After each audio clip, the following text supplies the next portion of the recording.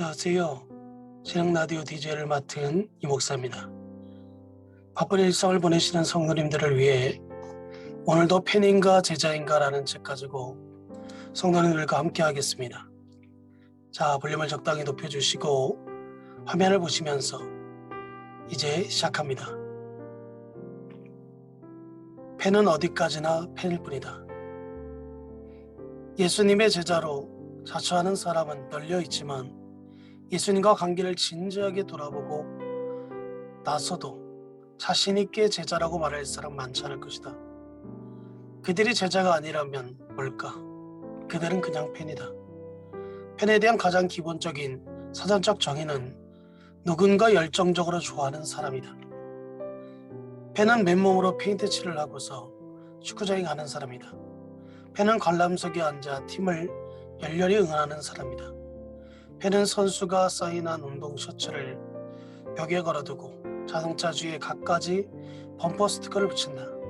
하지만 정작 경기에는 나서지 않는다. 경기장에서 땀을 뻘뻘 흘리며 달리거나 공을 차지는 않는다. 선수들에 관해서는 모르는 게 없고 최근 기록을 줄줄이 깨고 있지만 선수들이 개인적으로 알지 못한다. 고함을 지르며 응원은 하지만 경기를 위해 희생을 하지는 않는다. 게다가 응원하는 팀이 자꾸만 패하면 그렇게 좋아하던 마음도 조금씩 식어가고 심지어는 다른 팀으로 옮겨가기도 한다. 팬은 어디까지나 팬일 뿐이다. 연예 뉴스를 빠짐없이 보는 여자는 피플 잡지가 발간되는 날이면 득달같이 달려가 구입한다. 그녀는 최근 할리우드를 떠들썩하게 만든 여배우의 열렬한 팬이다. 이 여배우에 관해서라면 모르는 게 없다. 하지만 정작 개인적으로는 알지 못한다. 이 여자는 여배우의 열렬한 팬이지만 어디까지나 팬일 뿐이다. 요즘 예수님 주변에도 팬이 많다. 팬은 일이 잘 풀릴 때는 예수님을 응원하지만 반대 상황이 일으면 언제 그랬냐는 듯이 몸을 돌려 다른 선수에게 들러붙는다. 팬은 안전한 관람석에 앉아 응원만 할 줄 알지 경기장에서 필요한 희생과 고통은 조금도 모른다. 예수님에 관해서는 모르는 게 없어도 그분을 개인적으로 알지는 못한다. 예수님이 원하시는 관계 중에 스타와 팬의 관계는 없다. 그런데도 미국의 많은 교회가 성전에서 스타디움으로 변절된 것 같아 안타까운 마음을 금할 수 없다. 매주 팬들이 스타디움으로 우르르 몰려와 예수님을 응원하지만 그분을 진정으로 따르는 사람은 눈을 씻고 찾아봐도 없다. 오늘날 교회의 가장 큰 문제거리는 스스로 그리스도인이라고 말하지만 정작 그리스도를 따르는 생각은 추호도 없는 팬들이다. 온갖 혜택을 바라며 예수님의 주위를 몰려드는 팬들이 있다. 하지만 자신을 희생할 만큼 그분과 가깝지는 않다. 팬과 제자를 구분하는 기준. 그래서 결국 당신은 팬인가 제자인가? 문제는 이 질문에 객관적으로 답하기가 어렵다는 것이다. 스스로 제자라고 말한다면 무슨 근거로 그렇게 말할 수 있겠는가? 그리스도와의 관계를 어떤 기준에 따라 정의한 것인가? 우리 대부분은 지극히 주관적인 기준으로 이 질문에 답한다. 남과의 비교를 통해 스스로 제자라고 착각하지만 실상은 팬에 불과한 사람이 많다.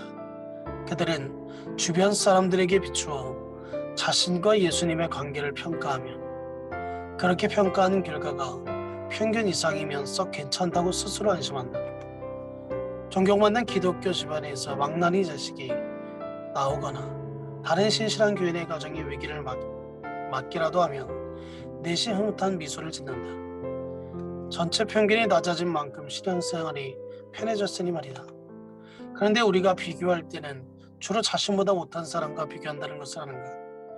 그리스도와의 관계를 진단할 때도 우리는 주로 영적, 빈혈적 환자와 비교하는 경향이 있다. 내가 남편으로서 내 스스로 점수를 매길 때도 주로 못난 남편과 비교를 한다. 결혼하자마자 싹 달라져서 한 번도 데이트를 하지 않고 심지어 결혼 20주년 기념일도 기억하지 못하는 친구 남편을 들먹이며 내가 꽤 괜찮은 남편이라고 아내를 설득한다. 그런데 곰곰이 돌아보니 내가 자신을 다른 남편과 비교하는 것은 스스로 부족하다고 인정하는 것이나 다름없다. 팬이 사용하는 다른 기준은 종교적 법이다. 펜은 자신이 종교적 법과 의식을 잘 지키기 때문에 진정한 제자라고 말한다. 매주 빠짐없이 교회에 나가고 헌금을 꼬박꼬박 드리고 요양원에서 자원봉사하고 기독교 라디오 방송만 듣고 성인용 영화는 겨늘질로도 보지 않고 파티에서는 주스만 마시는 펜으로서 누가 뭐래도 나는 제자야.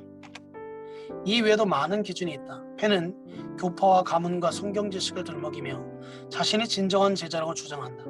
하지만 주장한 중요한 질문은 따로 있다. 예수님은 그분을 진정으로 따르는 것에 대해 어떻게 말씀하는가 하는 것이다. 그분이 제시하는 기준을 우리의 기준으로 삼아야 한다. 펜에게 나타나는 증상들, 복음서들을 뒤척이며 보면 예수님과 DTR 대화를 나눈 사람이 많이 등장한다. 펜인가 제자인가에 답해야 할 순간, 그들 중 일부는 진정한 제자로 판가름이 났고 일부는 단순한 펜으로 판명이 났다. 그들의 사례를 유심히 살펴보면 펜의 여러 가지 증상을 확인할 수 있다.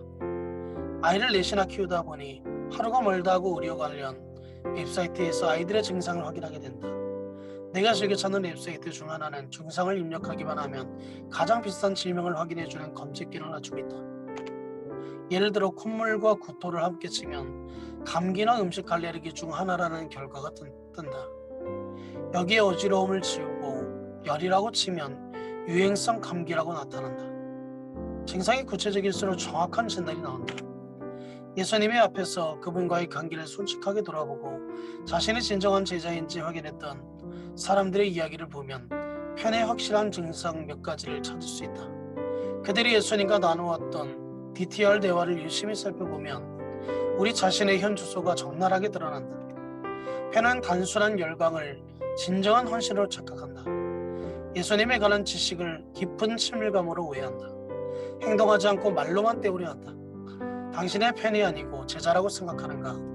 그래도 속단하지 말고 끝까지 들어보기를 바란다.